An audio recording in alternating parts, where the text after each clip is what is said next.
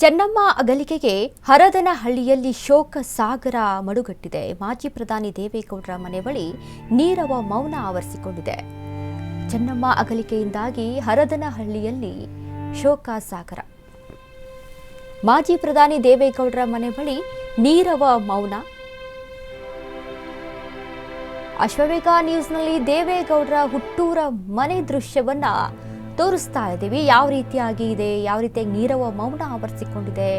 ಇದೇ ಮನೆಯಲ್ಲಿ ಆರಂಭವಾಗಿತ್ತು ದಾಂಪತ್ಯ ಜೀವನ. ಆಗಾಗ ಹರದನಹಳ್ಳಿ ಊರಿಗೆ ಭೇಟಿ ನೀಡುತ್ತಿದ್ದ ಚೆನ್ನಮ್ಮ ಹರದನಹಳ್ಳಿ ಈಶ್ವರ ದೇವಸ್ಥಾನದಲ್ಲಿ ಪೂಜೆ ಪ್ರಾರ್ಥನೆಯನ್ನ ಮಾಡ್ತಾ ಇದ್ರು. ಗ್ರಾಮಸ್ಥರೊಂದಿಗೆ ಆತ್ಮೀಯವಾಗಿ ಬೆರೆಯುತ್ತಿದ್ದಂತ ಚೆನ್ನಮ್ಮ ಹರದನಹಳ್ಳಿ ಗ್ರಾಮದ ಜೊತೆ ಅವಿನಾಭಾವ ಸಂಬಂಧವನ್ನ ಇಟ್ಕೊಂಡಿದ್ದಂಥ ಚೆನ್ನಮ್ಮ ಹರದನಹಳ್ಳಿಯಲ್ಲಿ ಮೌನ ನೆನಪುಗಳಲ್ಲಿ ಸದಾ ಚೆನ್ನಮ್ಮ ಇದ್ದಾರೆ. ಚೆನ್ನಮ್ಮ ಅಗಲಿಕೆಗೆ ಹರದನಹಳ್ಳಿಯಲ್ಲಿ ಶೋಕ ಸಾಗರ ಆವರಿಸಿಕೊಂಡಿದೆ. ದೇವೇಗೌಡರ ಹುಟ್ಟೂರು ಹರದನಹಳ್ಳಿ. ಹೊಳೆನರಸೀಪುರದ ಬಳಿಕ ನಾಳೆಗೆ ಹರದನಹಳ್ಳಿಗೆ ಪಾರ್ಥಿವ ಶರೀರವನ್ನು ಶಿಫ್ಟ್ ಮಾಡಿ ಅಲ್ಲೇನೇ ಅಂತ್ಯ ಸಂಸ್ಕಾರ ಕೂಡ ಮಾಡಲಾಗುತ್ತೆ. ಇನ್ನು ಹರದನಹಳ್ಳಿಯ ಮನೆಯ ಸುತ್ತಮುತ್ತ ಯಾವ ರೀತಿಯಾಗಿದೆ, ಯಾವ ರೀತಿಯಾಗಿ ನೀರವ ಮೌನ ಆವರಿಸಿಕೊಂಡಿದೆ, ಆ ದೃಶ್ಯಗಳನ್ನು ನಿಮ್ಮ ಅಶ್ವವೇಗ ನ್ಯೂಸ್ನಲ್ಲಿ ನಾವು ತೋರಿಸ್ತಾ ಇದ್ದೀವಿ. ಆ ಮನೆಯ ದೃಶ್ಯಗಳನ್ನು ಯಾವ ರೀತಿಯಾಗಿ ಇದೆ ಅಲ್ಲಿ ಹರದನಹಳ್ಳಿಯಲ್ಲಿ. ಅದೇ ಮನೆಯಲ್ಲಿ ದೇವೇಗೌಡರು ಮತ್ತು ಚೆನ್ನಮ್ಮ ಅವರ ದಾಂಪತ್ಯ ಜೀವನ ಶುರುವಾಗುತ್ತೆ.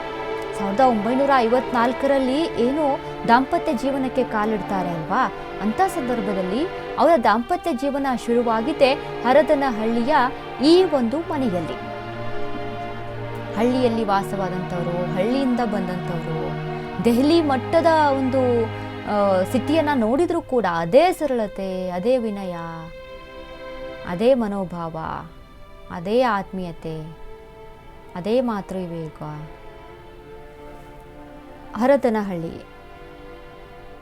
ಕೊನೆಯದಾಗಿ ತನ್ನ ಊರು, ದೇವೇಗೌಡರ ಹುಟ್ಟೂರು, ತನ್ನ ಗಂಡನ ಮನೆ ಹರದನಹಳ್ಳಿಯಲ್ಲಿ ಅಂತ್ಯ ಸಂಸ್ಕಾರ ಆಗುತ್ತೆ ಚೆನ್ನಮ್ಮ ಅವ್ರದ್ದು. ಹೆಣ್ಣಿಗೆ 2 ಮನೆ ಅಂತ ಹೇಳ್ತಾರೆ, ಒಂದು ತವರು ಮನೆ, ಒಂದು ಗಂಡನ ಮನೆ. ತವರು ಮನೆಯಿಂದ ಮದುವೆಯಾಗಿ ಹೋದಂಥ ಸಂದರ್ಭದಲ್ಲಿ ಆ ಹೆಣ್ಣಿಗೆ ಇದ್ದಂಥದ್ದು ಗಂಡನ ಮನೆ. ಆ ಗಂಡನ ಮನೆ ಅಂತ ಅಂದರೆ ದೇವೇಗೌಡರ ಹುಟ್ಟೂರು ಹರದನಹಳ್ಳಿ. ಹರದನಹಳ್ಳಿ ಚೆನ್ನಮ್ಮ ಅವರ ಊರು, ಚೆನ್ನಮ್ಮ ಅವರ ಪತಿಯ ಊರು. ಅಲ್ಲಿ ಅಂತ್ಯ ಸಂಸ್ಕಾರ ನೆರವೇರಿಸಲಾಗುತ್ತೆ. ಇನ್ನು ಹೊಳೆನರಸೀಪುರ, ಮೊದಲಿಗೆ ಚೆನ್ನಮ್ಮ ಅವರ ಹೆಸರಿನಿಂದ ನಿವಾಸವನ್ನು ಕಟ್ಟಿದಂಥವರು ದೇವೇಗೌಡರು. ಚೆನ್ನಾಂಬಿಕಾ ನೀಲಯ್ಯ ಅಂತ ಅದಕ್ಕೆ ಹೆಸರಿಟ್ಟು, ಚೆನ್ನಮ್ಮ ಅವರ ಹೆಸರನ್ನೇ ಇಟ್ಟು, ಅಷ್ಟು ಪ್ರೀತಿ ಹೆಂಡತಿಯ ಮೇಲೆ. ಆ ಪ್ರೀತಿಗೆ ಬೆಲೆ ಕಟ್ಟೋದಕ್ಕೆ ಸಾಧ್ಯ ಆಗಲ್ಲ. ಈಗ ಎಷ್ಟೇ ಶ್ರೀಮಂತಿಕೆ ಇರ್ಬೋದು, ಎಷ್ಟೇ ಬೆಳವಣಿಗೆಯನ್ನು ಕಂಡಿರ್ಬೋದು, ಏನೇ ದೊಡ್ಡ ಸ್ಥಾನದಲ್ಲಿರ್ಬೋದು, ಬಟ್ ಹಿಂದೆ ಚೆನ್ನಮ್ಮ ಜೊತೆ ಇದ್ದಂತಹ ರೀತಿ ಇದೆಯಲ್ಲ, ಆಗ ಅನುಭವಿಸಿದಂಥ ಕಷ್ಟ ಇದೆಯಲ್ಲ, 0 to ಹೀರೋ ಆಗೋದಕ್ಕೆ ದೇವೇಗೌಡರಿಗೆ ಸಾಥ್ ಕೊಟ್ಟಂಥದ್ದು ಚೆನ್ನಮ್ಮ. ಚೆನ್ನಮ್ಮ ಅವರ ಬೆಂಬಲ. ಹಾಗಾಗಿ ಹರದನಹಳ್ಳಿಯಲ್ಲಿ ಎಲ್ಲ ಅಂತ್ಯ ಸಂಸ್ಕಾರವನ್ನು ಮಾಡಲಾಗುತ್ತೆ. ಕೊನೆಯದಾಗಿ ಹೊಳೆನರಸೀಪುರದಲ್ಲೂ ಕೂಡ ಸಾರ್ವಜನಿಕರ ವೀಕ್ಷಣೆಗೆ ಅವಕಾಶವನ್ನು ಮಾಡಿಕೊಡಲಾಗಿದೆ. ಅದಾದ ಬಳಿಕ ಹರದನಹಳ್ಳಿಯಲ್ಲಿ ಚೆನ್ನಮ್ಮ ಅವರ ಅಂತ್ಯಕ್ರಿಯೆ.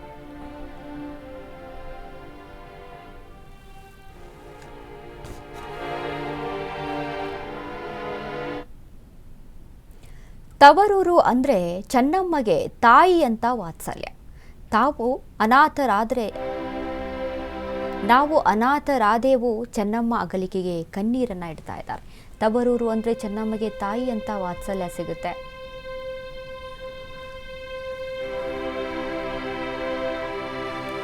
ನಾವು ಅನಾಥರಾದೆವು ಎಂದು ಚೆನ್ನಮ್ಮನ ಅಗಲಿಕೆಗೆ ಕಣ್ಣೀರನ್ನು ಇಡ್ತಾ ಇದ್ದಾರೆ. ಮುತ್ತಿಗೆ ಹಿರೇಹಳ್ಳಿಯಲ್ಲಿ ಶೋಕ ಸಾಗರ ಮಡುಗಟ್ಟಿದೆ. 3 ದೇವಸ್ಥಾನ, ಶಾಲೆ, ಆಸ್ಪತ್ರೆ ಅಭಿವೃದ್ಧಿ ಶಿಲ್ಪಿ ಚೆನ್ನಮ್ಮ. ತವರೂರು ಹಿರೇಹಳ್ಳಿಯಲ್ಲಿ ಏನೆಲ್ಲ ಕಟ್ಟಿಸಿಕೊಟ್ಟಿದ್ದರು ಗೊತ್ತಾ ಚೆನ್ನಮ್ಮ ಅವರು. ಊರಿನ ಅಭಿವೃದ್ಧಿಗೆ ಜೀವನವನ್ನೇ ಮುಡಿಪಾಗಿಟ್ಟಂತ ಚೆನ್ನಮ್ಮ ತನ್ನ ಗ್ರಾಮವೇ ದೇವಾಲಯ ಎಂದು ಪೂಜಿಸುತ್ತಿದ್ದ ಚೆನ್ನಮ್ಮ ತವರಿಗೆ ತಾಯಿಯಾದ ಚೆನ್ನಮ್ಮಗೆ ಭಾವನಾತ್ಮಕ ವಿದಾಯವನ್ನ ನೀಡ್ತಾ ಇದ್ದಾರೆ. ತವರು ಎಂದರೆ ಪಂಚಪ್ರಾಣ. ಗ್ರಾಮಕ್ಕಾಗಿ ಸಾಕಷ್ಟು ಕೊಡುಗೆಗಳನ್ನು ಕೊಟ್ಟಿದ್ದಾರೆ. ಗ್ರಾಮದ ಪ್ರತಿಯೊಂದು ಕಷ್ಟಕ್ಕೂ ಹೆಗಲಾಗಿದ್ದ ಚೆನ್ನಮ್ಮ. ಅಧಿಕಾರಕ್ಕಿಂತ ಆತ್ಮೀಯತೆ, ಅಹಂಕಾರವಿಲ್ಲದ ಸರಳ ವ್ಯಕ್ತಿತ್ವ ಚೆನ್ನಮ್ಮ ಅವ್ರದ್ದು. ಬಡವರ ಪಾಲಿನ ಅನ್ನಪೂರ್ಣೆ, ನೆರವಿನ ಕೈ ಚಾಚುತ್ತಿದ್ದ ಗೌಡ್ತಿ. ತವರೂರು ಅಂದರೆ ಚೆನ್ನಮ್ಮಗೆ ತಾಯಿ ಅಂತ ವಾತ್ಸಲ್ಯ. ತವರೂರಿಗೆ ಏನೆಲ್ಲ ಕೊಡುಗೆಗಳನ್ನು ಕೊಟ್ಟಿದ್ದಾರೆ.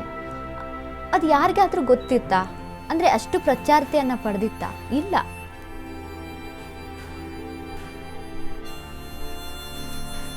ತನ್ನ ತವರೂರಿಗೆ ಎಂತೆಂಥ ಕೊಡುಗೆಗಳನ್ನು ಕೊಟ್ಟಿದ್ದಾರೆ ನೋಡಿ. 3 ದೇವಸ್ಥಾನ, ಶಾಲೆ, ಆಸ್ಪತ್ರೆ, ಅಭಿವೃದ್ಧಿ, ಶಿಲ್ಪಿ ಚೆನ್ನಮ್ಮ ಅವರು.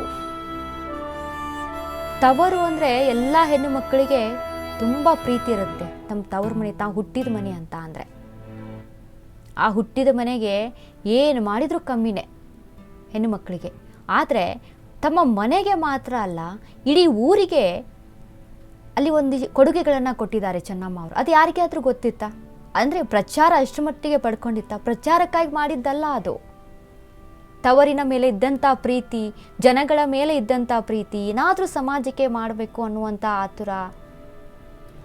ಬಲಗೈಗೆ ಮಾಡಿದ ಕೆಲಸ ಎಡಗೈಗೆ ಗೊತ್ತಾಗಬಾರ್ದು ಅಂತ ಹೇಳ್ತಾರೆ. ಆ ರೀತಿಯಲ್ಲಿ ಚೆನ್ನಮ್ಮ ಅವರ ಸೇವೆ ಆಗಿರುವಂಥದ್ದು.